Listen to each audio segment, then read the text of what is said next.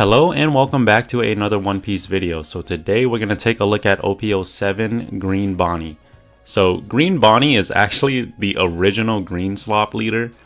She's really good at just stalling out your opponent so that you can slowly gain a lot of resources thanks to your Jewelry Bonney, your Searcher being able to just get you a card every turn and then build up your hand so that in the late game, when they do try to push for lethal, it's going to be really hard to crack in. She is a really old leader, so in case you don't know, when your opponent attacks, you're able to tap down a Dawn and then rest one of your opponent's characters or their leader. But just hopping into the deck list here, starting off with the 2Ks, I'm running 3 of the Apus, 2 of the Zoros, and 4 of the 3-cost Tashigis. So Apu's really good, just being able to rest down one of your opponent's 2-cost or less characters. Means that if your opponent puts down like a chump blocker or against like Elbaf Luffy or something, you're able to tap down one of their lower cost characters so that you can crack into them before they get pumped up. And Zoro's in here just because sometimes you already do tap something down with your leader ability, and then him having that character rush is just giving you another option to get rid of them without using your leader swing. Finally, Tashigi's in here because we are a mono green deck, and so Tashigi being able to protect all of your other characters is just really good. Also, not having to commit any Dawn, unlike the 1-cost Laboon, you're able to just tap him down, and then if your opponent really wants to swing into your Tashigi, that means that they're essentially wasting 2 swings thanks to your leader ability, being able to tap another character or their leader down. For the searchers of the deck, we're going to be running 4 of the Bonnies, and 4 of the Kitten Killers. So Bonney's really good, best searcher of the deck, being able to just cycle every single turn, and also if your opponent swings into her, that's saving you counter and also using your leader ability. It can help you stall out turns so that you can make it to the late game as well. And then Kitten Killer's really good just because one, they're able to search obviously, and on your opponent's attack, you're able to be Dawn efficient by trashing them, setting one of your Dawn cards active, so that if you need to use your leader ability, you don't have to leave a Dawn up during your turn. I'm playing 2 of the Bonk Punches, just because them being able to KO something with a cost 6 or less, and also putting up a blocker is absolutely insane, just because Bonney is able to just rest down any character when your opponent does swing. And if they don't have any removal protection, Bonk Punch is a really good option for that. And also, if you don't have time to play them, you can always use them as 1k counter. And for the main meat of the deck, we're playing 4 Cavendish, 3 of the Stun Bonnies, 3 of the Blocker Bonnies, 3 Odins, and then 2 Smokers. So Cavendish obviously is going to be a 4 of, just because him being able to restand 2 Dawn every single turn is really strong. And also, for the most part, your opponent does want to get rid of him as fast as possible, essentially turning your leader into a 6k power. For the remaining 5 costs, I wanted to do a toolbox approach just because I wanted to keep the Supernova's density high, just because we are running a lot of non-engines in the deck, and so it feels really bad when you whiff, and I really wanted to increase the chance of you not whiffing, and so 3 Bonnies is in here for that. Just because, yes, Odin is able to draw you a card and also no rest something, but Bonnie is a really good option as well, just because she's able to restand Dawn so that you can be a little more Dawn efficient. And then the Blocker Bonney is really good, being able to draw you 2 cards and then trashing 1, helping you cycle out any bricks in your hand, and at the same time putting up a blocker so that you can survive and hopefully push for lethal in the following turns. And I still have 2 of the 5-cost Smokers in here, just because the yellow Linlin, the new one, is just so strong that this deck really needs an answer to that. And so that's why I'm playing 2 of the 5-cost Smokers here. One being able to restand a Dawn every turn is also really good, just because he's essentially a backup option if you don't find the Cavendish on your 5 Dawn turn. Also another target for your 6-cost Law. And also that banish ability just being really good against all the yellow decks. Next up, I'm running 4 of the Trafalgar Laws here. So Law is just your main engine of the deck, or your main mid game of the deck, just because him being able to bounce your searchers. So if you turn your Bonney sideways to search, you can just bounce her back to your hand with the Law and then play out one of your 5-cost characters. And then also, if you're 1 or less life, having that blocker is super nice as well, just because it's going to make it a lot harder for your opponent to push for game. And I'm also playing 3 of the Howling Gabs here. So Howling Gab is really good at dealing with the yellow decks as well. Unlike Smoker though, Howling Gab at least has 1k counter, so that's why I like him at 3. So that if you don't have time to play him, you can always use him as a counter.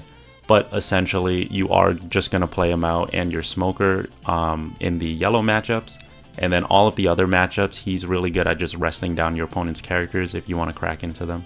And finally, for the top end of the deck, I'm playing 2 of the KO Shanks and then 4 of the new 10 cost Rush Shanks.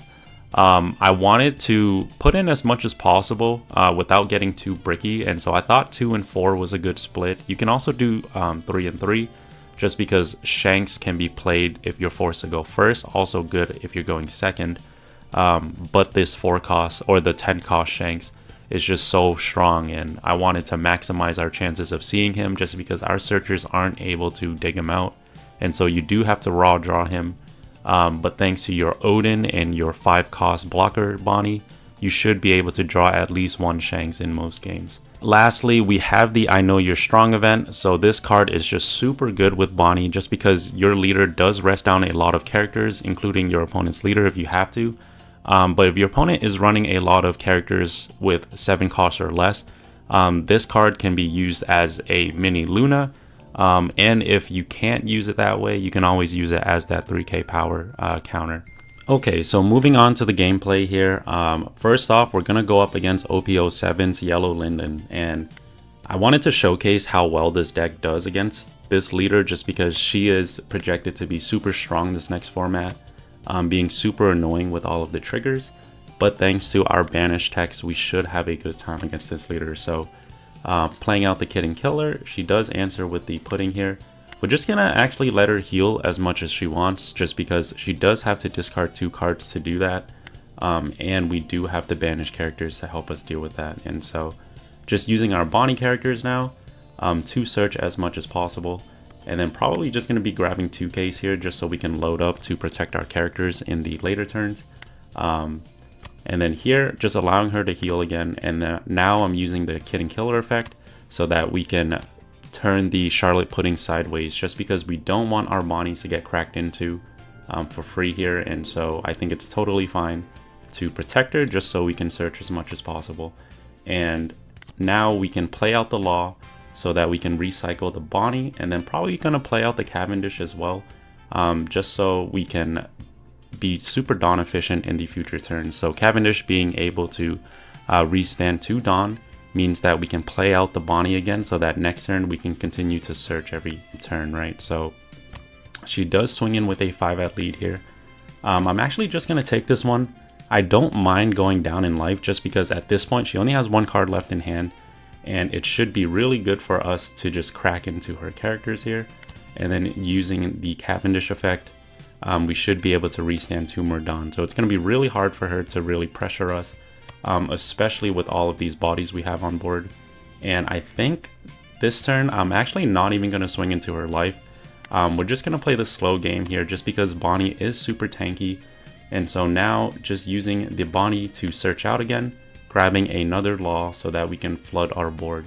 And luckily we do have another Howling Gab here, and so we should have 2 banished characters to work with, unless she cracks in super heavy, but we were able to grab a lot of counter to get out of these swings here. So swinging in 12 into 6, I rest his leader here just so he can't use his leader ability anymore, and then letting the Cavendish go actually, just because that Cavendish is not our win condition in this matchup. And so just going to be swinging in 5 into his Sweet Generals here. And then using the Bonney effect, probably just going to be grabbing the Bonney as well. Just because when we do play down the 6 cost Law, I do want options to play out, right? So right now we only have the Odin and the blocker Bonney. But yeah, we're just going to be developing the Howling Gab now, so that we can pressure 2 life every single turn unless she's able to get this Howling Gab off the board. So she does answer with a 12k swing into our Howling Gab, but thanks to him being an 8k stat line, we should be able to counter out of this swing here and then pressure her for 2 more cards. And so just giving her a 2-2-1 here, And then probably going to be pressuring in that pudding as well. Since the law isn't a blocker anyways, I'm just going to turn him sideways just because we're not going to reach that 1 life threshold anytime soon. And then using our Howling Gabs now to slowly whittle away at her life. And then at this point, I think it's best to play out the blocker Bonney, just because if he wants to swing into our Howling Gab again, this blocker should be able to help us save some counter in hand, right? So just going to be trashing the Law now, just because if she plays down like a big body, we do want the Shanks as an option. But playing out the Zeus now means that we won't be able to use her as a blocker. Instead, I think he's going to try to swing in everything he has again into the Howling Gabs, just because that being our win condition, it's going to be really hard for her to really survive with them on the board, right? So just going to allow her to heal again. Going up to 5 life, but totally fine with us, just because we do have 2 banished characters with another one coming down. It's going to be really hard for her to combat, so getting rid of the Zeus here. Not going to give her any chance of getting any triggers, using our Howling Gab now to get another life. And then thanks to the Smoker in our hand, we should be able to develop another banished character. And so playing out the Smoker, playing out the Bonney, setting up another blocker so that she can't swing into our Howling Gab again. And she ends up just scooping it up here, just because at this point there's really nothing she could do. She can play down the 10 cost Linlin to heal, but I think at this point we were just way too healthy and it was too hard for her to deal with these banished characters. Okay, so next match I got for you, we're gonna go up against OP17's Red Ace. So I say OP17 just because this deck really just took all of the good support from Newgate, and then I think he is a stronger deck than the OP17 Newgate, and so this deck actually is our hardest matchup from the new leaders that rose up, just because him being able to give his characters rush means that he's able to just innately counter our leader ability, right? So he's able to swing in with his leader first and then develop a character so that they can swing afterwards. But playing down the Kid and Killer now, being able to find ourselves the Cavendish, and then next turn probably gonna play down the Cavendish as well, just so we can get that Dawn recursion from his when attacking effect. And so he actually decides not to swing in here, I think because he played down the Little Oris Jr. first. Didn't play around our leader ability too well there, and so he didn't want us to rest down that Little Oris Jr. for free, and so just going to take advantage of this, playing out the Cavendish and the Bonney as well, so that next turn we can use the Bonney effect and then also play out the Law so that we can protect that Bonney as well. And he does answer with the 4 cost Luffy here, being able to give him 2 Dawn, so now that Luffy's going to be able to rush in for 8,000 power. But using our leader ability, we should be able to rest down this Little Oris Jr. here. Just because I don't want him to get free blocker value, I'd rather just take in this life so that we can draw a couple of cards here, right? So now we should be able to use our Cavendish to get rid of that Little Oris Jr. here, unless he does want to counter. That'll be great for us. But using the Bonney now, being able to play out the Trafalgar Law as well, just to make it so that he can't pressure us with that Luffy next turn, and then also the Bonney being able to restand a Dawn means that we should be able to swing in a little heavier as well. So swinging in 6 into 4 should be able to get that Little Oris Jr. off the field here. And then I could swing in a 7, or I could develop the Jewelry Bonney, but I think it's better to pressure him as much as we can before he starts pumping himself up to 8,000 power, just because when he does do that, it's going to be really hard, especially since most of our characters are 6,000 power or less. I do want to get as much life as we can early on, and so since we have the Kid and Killer developed, I'm actually going to play down the Bonney here, just because we do want to be as Dawn efficient as possible before he starts taking over the tempo of the board. Starting now actually, just because that Newgate being able to reduce our Cavendish down to 0, and then he actually swings in with the Garp first, so that's great for us.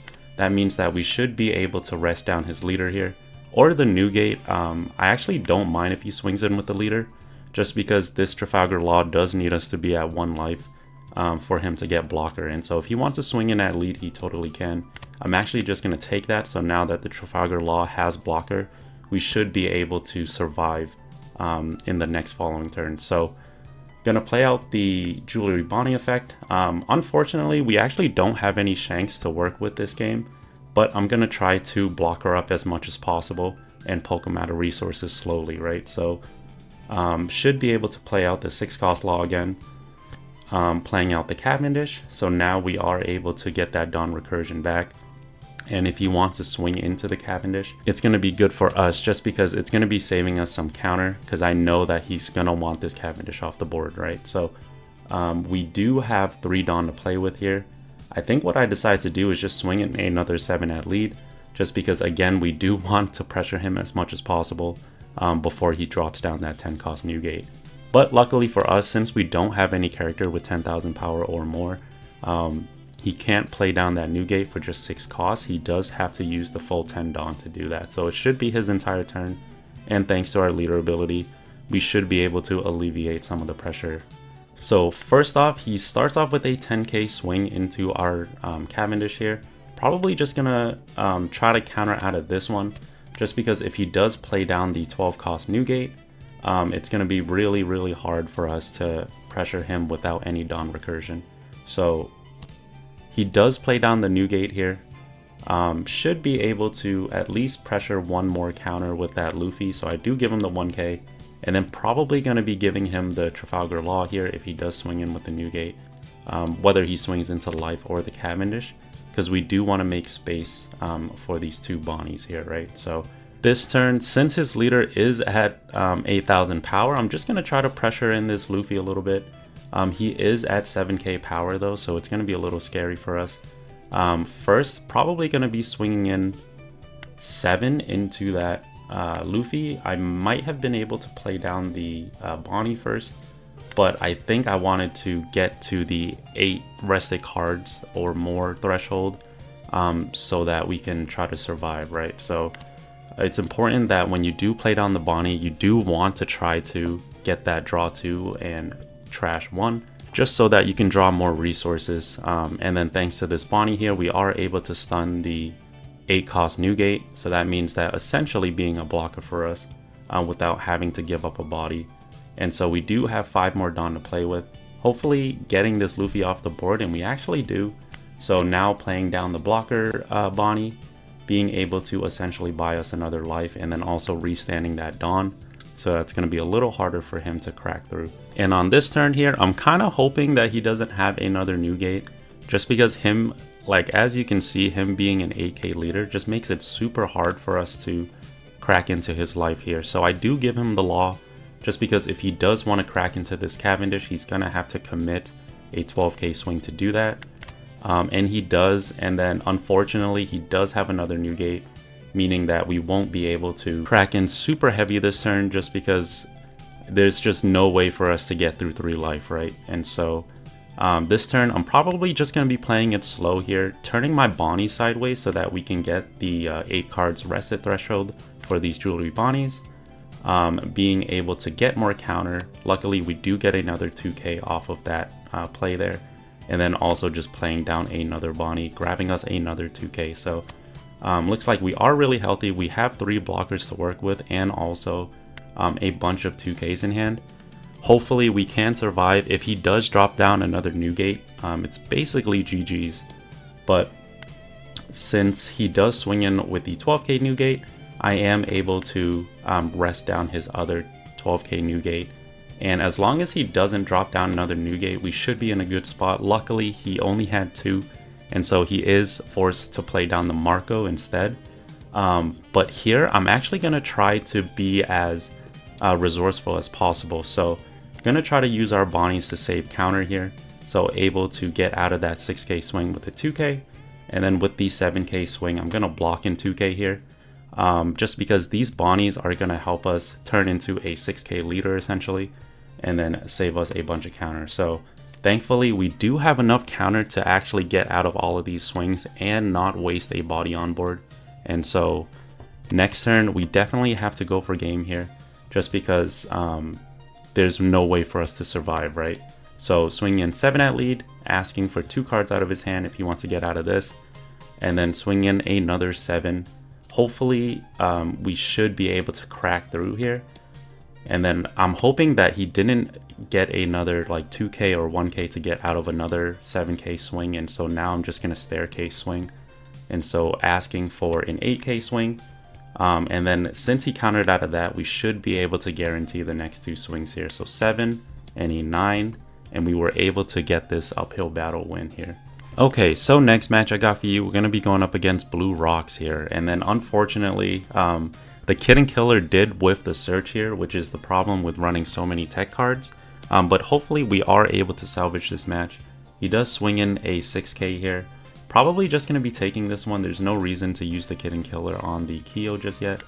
I do want to draw cards for our future turns. Unfortunately, we don't have anything to work with, and so probably going to be swinging in 5 at lead real quick. It'll be really nice if he does counter out of this. We don't mind if he does, just because this matchup you do want to just stay as resourceful as possible. And we are able to get that free swing there. And then playing out the Jewelry Bonney as well means that if he wants to swing in with his lead into this Bonney, that's going to be great for us, because she's essentially just going to save us counter. And then next turn, thanks to us having the Bonney and the Cavendish, we should have enough options to deal with his board here. So able to rest down the Kyo now, thanks to our leader ability. And then just going to be cracking into the Kyo at this point, just because we do want to drain him out of resources as much as possible. So now he plays down the Strusen, being able to draw a card thanks to his effect. And he does have a lot of cards in his hand, but he doesn't have the stage, and he doesn't have any characters to help deal with that. So he does play down the Stussy though, so the Stussy is going to be able to stun our characters, and he actually does develop the stage last turn there. So instead of playing down the Law, I actually want to protect our Cavendish from the Gloriosa effect, and so playing down the Tashigi as well, so that if he does play down the Gloriosa, he's gonna have to bottom deck the Tashigi instead of the Cavendish, and that way we should be able to get some Dawn Recursion next turn. So on his 7 Dawn turn, it looks like he doesn't want to play down a big body, so that's great for us. Instead, he's using the Stussy to prevent our Dawn Recursion, and so now our Cavendish can't attack next turn, but that should be totally fine. And then him playing out the Gloriosa, we were able to protect the Cavendish anyways, and also just bottom decking that Tashigi. So that means that if he has another Gloriosa, we might be in trouble, but I think we are in a pretty good spot here, considering he's not able to develop any of his big bodies just yet. And so now going to be playing out the Law, and then probably going to play out the Odin as well, just because we do want to draw here. I think that the Gloriosa is not really a good target for the stun Bonney, just because she's going to be able to stun his Shiki in the future. Instead, I'm going to swing in 7 into the Stussy here, just going to try to get her off the board. If he wants to defend her, he's going to have to give us 2 cards to do that. And luckily, we were able to eat 2 cards out of his hand there. I actually wasn't too worried about using our leader ability this turn, just because we do have the 10 cost Shanks next turn, and so even though that Gloriosa is no rested this turn, we should be able to just rest her down next turn, right? So him swinging in 5 into our Odin now, probably gonna defend him here just because we do want board presence, and so only swinging in an 8 into 6, gonna give him a 2 and a 1k here, probably saving that 3 Dawn on his turn as well, so that he can stun our Cavendish again, but should be totally fine. Just because with the Shanks coming down, it's going to be really hard for him to deal with his tall body, right? So the Shanks coming down now, being able to rest all of his characters, we should be able to deal with a lot of bodies on his board. And so swinging in 5 into 1 are able to get that off the field. And also able to get the Kyo off the field means that our 9 cost Shanks is now live, and we should be able to remove some of his big bodies next turn. And so now swinging in 7 into the Stussy, just seeing if he values the Stussy, and then swinging in 12 into the Newgate means that he's gonna have to give us a bunch of cards, right? So at least 3 cards to get out of this one, and he is able to get out of that swing here. So him playing down the rocks now means that if he does want to swing with the rocks, or swing with any of his characters, we should be able to rest down the rocks or even the Newgate to protect our bodies on board. And then this 9 cost Shanks should be able to help us win board control. So unfortunately, he does play down the Gloriosa again, but we don't have any protection. And so here, just going to use our leader ability. I might actually just rest down the Newgate here, just because I don't want our entire board to get cracked into. And so giving him the 2k and 1k, just because if he does swing in with the rocks, that means that we should be able to rest down his leader, and that means that his resource replenishment is not going to be there anymore, right? Okay, so this turn now, I think I was debating on playing the 2 Bonnies here instead of the Shanks, but I do want to see if we can get that Gloriosa off the field, and so probably going to be swinging in with the 10 cost Shanks first, just because if he gives us that Gloriosa, that means that we can just drop the Shanks and get a lot of board tempo that way. But if he doesn't give us that Gloriosa, then we should be able to just play out the 2 Bonnies here. So either way, we should be able to get board control by playing down the Shanks now, getting rid of that Newgate, meaning that it's going to be really hard for him to combat our board. So just going to be swinging 5 at lead, and then also a 6k at lead, hoping to get him down 2 life. Luckily we do, he is down at 2 life now, and then thanks to our leader ability, if he swings in with the rocks, that means that we can rest down his leader so that he can't replenish more resources. But if he only swings in with his leader, that means that we can rest down his 12k attack, right? So either way, we are in a really good spot, especially with 2 Shanks on the board.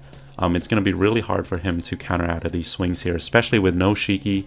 And now that we got the Newgate off the board, the only way that he uses his bricks as counter is that stage, and that's only once per turn.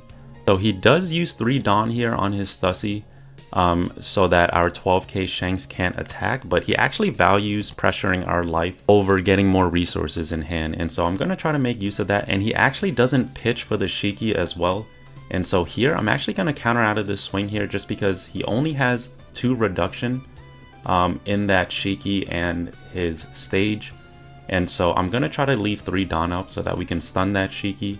And then at the same time, we should be able to pressure a lot of swings here, just because thanks to our leader ability, after using the I know you're strong, he essentially only has 1 swing on board, right? Unless he attaches Dawn to his Strusen. But if he does that, we still have 2 life to get through, and there's just no way for him to push for lethal unless he has a rush character. And so here swinging in 6 at lead, that actually goes through, so that should be great for us. I think at this point we can actually just swing in heavy with our Shanks, but instead I swing in with the Law here just because, again, there's no way for him to punch through anyways. I just want to see if we can get the Shiki out of, or Shiki effect out the way here. So I do have a bunch of Dawn to work with, so here probably gonna swing in 9 first with our lead, and if that 9 goes through, I'm just gonna go all in with the Shanks here, and we should be able to punch through. So I didn't want to throw the game though, so I'm probably going to leave up Dawn just in case he is able to counter out of these swings here. So first starting off with a 9k swing, and then probably only going to be swinging in 13 with the Shanks, just because with that Shiki effect, essentially him having to counter out of a 10k swing should be really difficult to get out of. And even if he does get out of it, we should be able to stun his board and have a Dawn up for our leader ability. But it looks like he wasn't able to get out of that swing anyways, and we were able to get a win off of rocks here. Okay, so this next match, we are going to be going up against Elbaf Luffy here. In this game, honestly, we did have a slow first couple turns. So him swinging in 7 his first turn, obviously just going to be taking that. And then we do have to forcefully just swing in 8 here, just because we don't have any searches to work with. But should be totally fine. We do have a lot of combo pieces in the later turns, even though we aren't able to play out the Trafalgar Law next turn because we have nothing to bounce. We do have the Odin and the Cavendish to work with. And so here, I think I actually forgot to use the leader ability. So him swinging in 7 here. Yeah, I forgot to use the leader ability. We should have been able to get that Usopp off the board. But moving on our 6 Dawn turn here, probably just going to play out the Cavendish here, so that we can get some Dawn recursion in the future turns. And then swing in 5 at lead. Probably could have swung in a 6 at lead, but totally fine. Just gonna play out the Bonney now, gonna search as much as possible. And then we do find another Bonney here. Just because I really didn't need to search that last turn, I could have just played down the Bonney so that I can search next turn, and then combo off with the Trafalgar Law, right? But totally fine here. He does, or she does eat the 5k swing from the Usopp anyways, saving us some counter there, so that's gonna be good. And then him playing out the Zoro means that this Shanks is not going to get too much value right now. And so here, I think because I had the Cavendish, I didn't mind using the Bonney last turn. Luckily, we did find another Bonney to work with anyways. So playing out the Bonney, being able to find us a 2k. And then thanks to the Cavendish, we essentially are able to get all of our Dawn back, right? So using the Law now, being able to play out the Odin before swinging, because now that the Odin is out, and him also just looking at original cost, we are able to stun this Sol here. So him giving us 2 1Ks is great, just because we can just swing in another 6 with our lead and able to get that Usopp off the board. And he does answer with the 8 cost Luffy here, so if he does swing in with the Luffy, we should be able to rest down that Zoro. And then if we are able to get that Zoro off the board, yeah, that's totally my bad as well. I definitely should have rested down the Zoro, just because we do want to get him off the board to use this Shanks, right? So luckily he does swing in with the Zoro anyways, and so I'm going to try to make use of this by swinging into the Zoro. Probably a bunch of 6s. If he wants to use his counter, he totally can.